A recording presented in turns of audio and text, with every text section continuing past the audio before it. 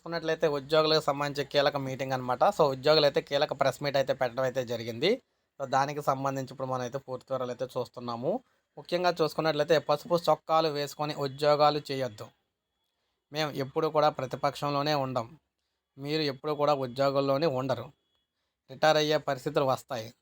తస్మాత్ జాగ్రత్త అంటూ మాజీ మంత్రి దాడిశెట్టి రాజా హెచ్చరించారు.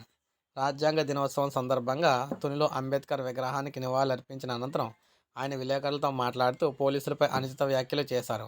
ఒక పార్టీని లక్ష్యంగా చేసుకుని తప్పుడు కేసులు బనాయిస్తున్నారని ఆరోపించారు. సామాజిక మాధ్యమాల్లో వైకాపా వారు ఒక దళం 1% అత్యుత్సాహం ప్రదర్శిస్తే తెదేపా జనసేన వారు 99% అత్యుత్సాహం ప్రదర్శించి వారిపై ఎందుకు కేసులు పెట్టడం లేదని చెప్పేసి అంటున్నారు.